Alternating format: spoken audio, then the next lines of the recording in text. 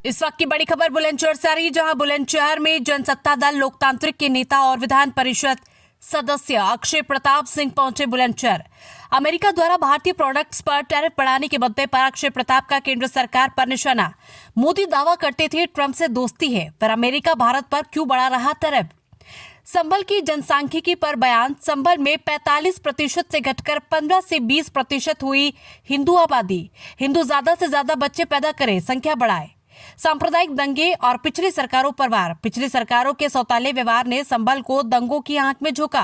संभल में हरिहर मंदिर था और मंदिर रहना चाहिए। राहुल गांधी की वोटर अधिकार यात्रा में पीएम मोदी की मां पर अपशब्द बोले अक्षय। किसी भी रैली या सभा में गाली गलौज या अपशब्द बोलना अच्छी बात नहीं। कार्यकर्ताओं के साथ समीक्षा बैठक करने बुलंदशहर पहुंचे थे जेएसडीएल नेता और एमएलसी अक्षय प्रताप सिंह।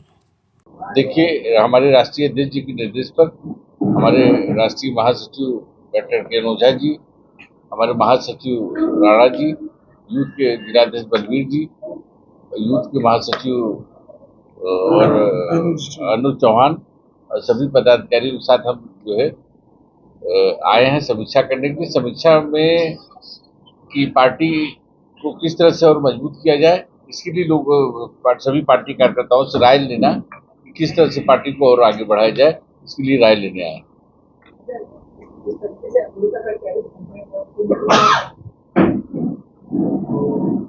देखिए, वो तो गलत है ही है। जहाँ पे पहले काफी कम था उसको एकदम से बढ़ा देना ताकि व्यापार, मतलब ये तो जैसे कि आप किसी देश के प्रति विरोध की उसमें किया जाए, इस तरह से है।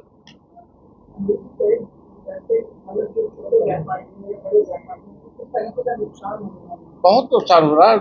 जैसे आपका हमने देखा कि यहाँ पे अभी मुरादाबाद में देखिए लोगों का काम ठप पड़ा। पहले बाहर इंपोर्ट होता था, वो इंपोर्ट बंद हो गया लोगों का ना, एक्सपोर्ट बंद हो गया। बुलंदशहर में आए आप, सबसे बड़ी पोल्ट्री एरिया है यहाँ, लोगों के जो ऑर्डर थे वो भी कैंसिल हो गए। ये दुर्भाग्यपूर्ण है। इसमें सरकार फेल है।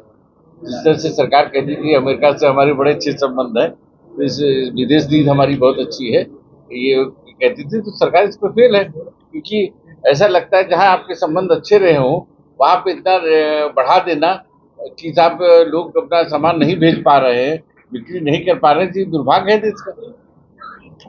पटना में एक रैली के दौरान क्या पटना में एक रैली के दौरान में मोदी जी की माता का नहीं, ये तो देखिए गलत है। ये हमारे नहीं होने चाहिए। संस्कार की जो है किसी व्यक्ति को अपनी विरोध करना, अपने विचार को रखना और इस टाइप की बदतमीजी करना तो अच्छी चीज नहीं। क्या कहेंगे कांग्रेस की रैली में? ये दुर्भाग्यपूर्ण है। किसी की रैली में किया जाए, चाहे हमारी रैली में किया जाए, किसी की रैली में किया जाए, इसके ये दुर्भाग्यपूर्ण चीज है कि किसी के प्रति आप राजनीति कर रहे हैं अपने विचारों को लेकर। हम एक मुद्दे को लेकर, एक विचार को लेकर राजनीति कर रहे हैं ना कि किसी को गाली देने के लिए राजनीति कर रहे हैं। भाई कोई गलत करता है तो उसको हम अपने तरीके से रखेंगे, बात को सदन में रखेंगे, सड़क पे रखेंगे, सारी जगह रखेंगे, लेकिन इस टाइप से करना तो दुर्भाग्यपूर्ण है। क्या समाजवादी पार्टी को निकाल दिया है? किसको? देखिए, इसका इंटरनल मामला है, किसको निकालते हैं इससे हमसे क्या मतलब है। ये उन्हीं से सवाल करिए क्यों निकाला उन्होंने। नहीं, हम क्यों कहना चाहेंगे। उनकी पार्टी की वो विधायक थी, उन्होंने निकाला, क्यों निकाला, क्या निकाला, कहे निकाला, ये आप उनसे पूछिए। हमसे हमारी पार्टी के बारे में पूछिए। देखिए, हम गठबंधन करने के लिए नहीं पैदा हुए, विकलांग थोड़ो हैं। हमारी पार्टी में इतने पार्टियां बहुत बनी। हमारी पार्टी जब बनी तो भारतीय जनता पार्टी करीब 38 या 36 लोगों से समझौता करके चुनाव लड़ी। समाजवादी पार्टी बहुत पार्टियों से, कांग्रेस भी तमाम पार्टियों से समझौता करके लड़ी, बसपा भी तमाम पार्टियों से। हमारी इकलौती पार्टी उत्तर प्रदेश में थी जो अकेले लड़ी, और आज तीसरे नंबर की पार्टी है। और गेम में किसी चीज में जो तीसरे का खिलाड़ी होता है उसको कहा जाता है अगली बार तुम फर्स्ट आओ, इसके लिए मेहनत करो। तो हम इस बात के लिए मेहनत कर रहे हैं कि पहले पे हवाए। हम पूरे प्रदेश में हमारे कार्य, इसीलिए हम बैठक कर रहे हैं कि हम पूरे प्रदेश में चुनाव लड़ेंगे ना। हम इसीलिए लोगों से अपनी पार्टी के कार्यकर्ताओं, देखिए जनसत्ता दल ऐसा पार्टी है यहाँ कार्यकर्ता नहीं है, राजा भैया परिवार है। राजा भैया परिवार है, परिवार के सदस्य हैं और सदस्य की तरह हम उनका सम्मान करते हैं, परिवार के सदस्य की तरह राय लेते हैं। इसी प्रयास में तो हम आए कि जो पार्टी के लोग सुझाव देंगे उस सुझाव को हम राष्ट्रीय अध्यक्ष जी के साथ रखेंगे और पार्टी उसमें जो राय आएगी उसी आधार पे चल के हम मजबूत पार्टी को मजबूत करने का काम करेंगे। संबल की एक रिपोर्ट आई है कि पहले 45% हिंदू थे, 55%, लेकिन आज 15% हिंदू रह गए हैं। क्या कहेंगे? ये तो दुर्भाग्य है, संख्या कम हुई तो दुर्भाग्य है, इसको क्या कहेंगे? और बच्चे पैदा करिए और बढ़ाइए तो जनसंख्या तो बढ़ानी चाहिए, काहे कम होगी संख्या?